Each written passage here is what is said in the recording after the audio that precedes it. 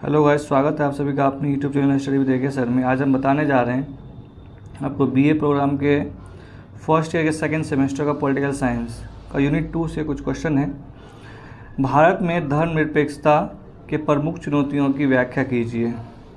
Video शुरू करने से पहले मैं आपसे एक रिक्वेस्ट करना चाहूँगा, अगर आप हमारे चैनल पर नए हैं तो प्लीज़ हमारे चैनल को लाइक, शेयर और सब्सक्राइब जरूर कर दीजिएगा।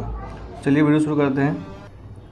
धर्मनिरपेक्षता से तात्पर्य। धर्मनिरपेक्षता का अर्थ होता है राजनीति या किसी गैर धार्मिक मामले से धर्म को दूर रखे। सरकार धर्म के आधार पर किसी से कोई भेदभाव न करे। धर्मनिरपेक्षता का अर्थ क्या है कि किसी के धर्म का विरोध करना नहीं है, बल्कि सभी को अपने धार्मिक विश्वासों एवं मान्यताओं को पूरी आज़ादी से मानने की छूट देता है।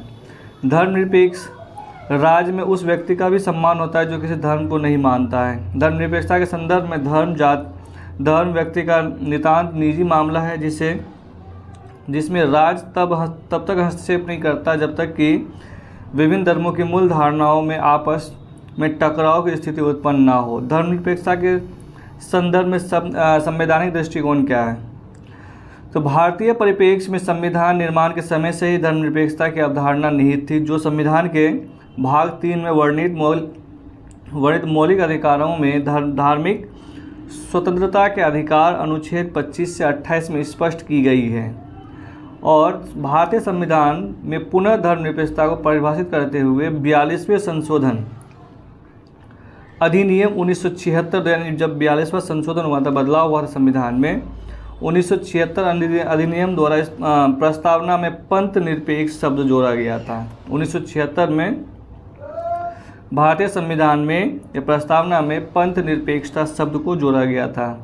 तीसरा पॉइंट है यहाँ पंथ निरपेक्ष का अर्थ है कि भारत सरकार धर्म के मामले में तटस्थ रहेगी।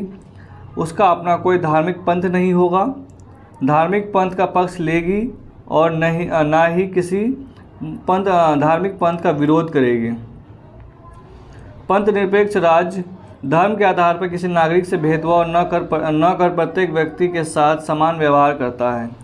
भारत का संविधान किसी धर्म विशेष से जुड़ा हुआ नहीं है। अब धर्मनिरपेक्षता का महत्व क्या है हमारे देश में? भारतीय धर्मनिरपेक्षता अपने आप में एक अनूठी अवधारणा है, जिसे भारतीय संस्कृति की विशेष आवश्यकताओं और विशेषताओं को ध्यान में रखते हुए अपनाया गया है। और इसके महत्व को निम्न बिंदुओं के अंतर्गत समझा जा सकता है।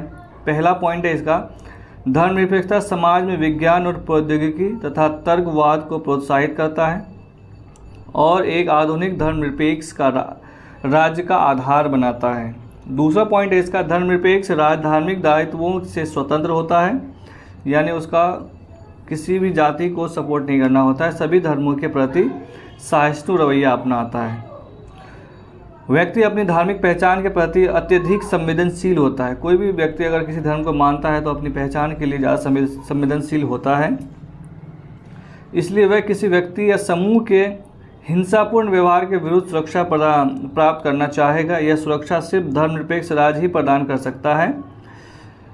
उसके बाद तीसरा पॉइंट है, धर्मनिरपेक्ष राज्य नास्तिकों के जीवन और संपत्ति की रक्षा करता है। नास्तिक का मतलब कोई धर्म को नहीं मानने वाला व्यक्ति, किसी भी धर्म को न मानने वाला। साथ ही उन्हें अपने तरीके से जीवन शैली और जीवन जीने का अधिकार भी प्रदान करता है। और जो धर्म को नहीं मानता है, किसी भी धर्म को, उसे अपने जीवन जीने का अधिकार दिया जाता है जिस तरह से वो जीना चाहे। और लास्ट पॉइंट है इसका, इस प्रकार धर्मनिरपेक्ष एक सकारात्मक, क्रांतिकारी और व्यापक अवधारणा है जो विविधता को मजबूती प्रदान करवाता है। अब धर्मनिरपेक्ष का अगला पॉइंट है, धर्मनिरपेक्ष के सकारात्मक पक्ष क्या होता है? धर्मनिरपेक्षता की भावना एवं उदार एक व्यापक दृष्टिकोण प्रस्तुत करती है। सर्वधर्म समभाव की भावना से प्रचलित है। दूसरा पॉइंट है इसका, धर्मनिरपेक्षता सभी को एकता के सूत्र में बांधने का कार्य करती है, यानी सभी धर्म के लोगों को यानी एक सूत्र में बांधने का कार्य करती है, यानी भाईचारा स्थापित करता है। और इसमें किसी भी समुदाय या अन्य समुदायों का वर्चस्व स्थापित नहीं होता है। अब कोई धर्म के लोग ज़्यादा है तो वो अपना वर्चस्व कायम करना चाहेगा, कोई कमज़ोर है तो रोब दिखाना, तो ऐसा किसी का नहीं होता है। सभी धर्मों का जो है समान रूप से व्यवहार होता है, कोई वर्चस्व नहीं कायम करता है। तीसरा है लोकतांत्रिक व्यवस्था को मजबूती प्रदान करती है तथा धर्म को राजनीति से पृथक करने का कार्य करती है। पृथक मतलब अलग करना, धर्म राजनीति से अलग होना चाहिए। लेकिन आजकल के जो दौर है, जो राजनीति चल रही है हमारे देश में, उसमें धर्म के साथ राजनीति चलती है और चलता आ रहा है शुरुआत से ही, जब से हमारे देश में ऐसा हो रहा, इलेक्शन हो रहा है। लास्ट पॉइंट है इसका, धर्मनिरपेक्षता का लक्ष्य नैतिकता तथा मानव कल्याण को बढ़ावा देना भी होता है, जो सभी धर्मों का मूल उद्देश्य भी है। अब धर्मनिरपेक्षता के नकारात्मक पक्ष भी हैं। भारतीय परिप्रेक्ष्य में धर्मनिरपेक्षता को लेकर आरोप लगाया जाता है कि पश्चिम से आयातित है। यदि मतलब धर्मनिरपेक्षता का मतलब लोगों का आरोप लगाया है, जो इसको आलोचना करते हैं, उन्होंने लगा कि पश्चिमी देशों से अपनाया गया है और इसकी जड़ें उत्पत्ति ईसाइयत से खोजी जाती है। और इसकी जो जड़ है धर्मनिरपेक्षता, उसमें ईसाई धर्म को खोजा गया कि ये ईसाई धर्म से लिया गया है। दूसरा पॉइंट है धर्मनिरपेक्षता पर धर्म विरोधी होने का आपेक्ष भी लगाया जाता है, जो लोगों की धार्मिक पहचान के लिए खतरा उत्पन्न करती है। लोग कुछ आलोचना भी करते हैं कि भाई धर्मनिरपेक्षता जो है वो एक धर्म विरोधी है, जो लोगों की धार्मिक पहचान के लिए खतरा हो सकता है। तीसरा पॉइंट है इसका, भारतीय संदर्भ में धर्मनिरपेक्षता पर आरोप लगाया जाता है कि राज्य बहुसंख्यकों से प्रभावित होकर अल्पसंख्यकों के मामले में हस्तक्षेप करता है, जो अल्पसंख्यकों के मन में यह शंका उत्पन्न करता है कि राज तुष्टिकरण की राजनीति को बढ़ावा देता है और ऐसी प्रवृत्तियां ही किसी समुदाय में सांप्रदायिकता को बढ़ावा देती है। यानी बहुसंख्यक अगर किसी राज्य में ज़्यादा है, किसी राज्य में किसी जाति की आबादी विशेष ज़्यादा होता है और उसमें अल्पसंख्यक होता है, तो उनको शंका उत्पन्न होता है कि यार यहाँ पर ये तुष्टिकरण की राजनीति को बढ़ावा दिया जाता है, यानी उनको जिसकी आबादी ज़्यादा होती है उनकी ज़्यादा सुनवाई होती है और जिसकी आबादी कम होती है उसकी कम सुनवाई होती है। तो इससे क्या होता है, सांप्रदायिकता का माहौल बढ़ जाता है।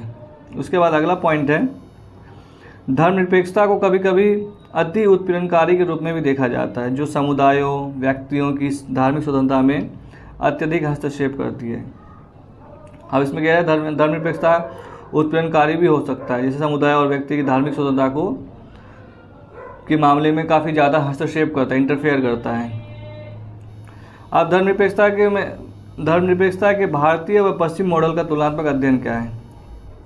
कभी कभी कहा जाता है कि भारतीय धर्मनिरपेक्षता पश्चिमी धर्मनिरपेक्षता की नकल भर है, लेकिन संविधान को ध्यान से पढ़ने से पता चलता है कि ऐसा नहीं है।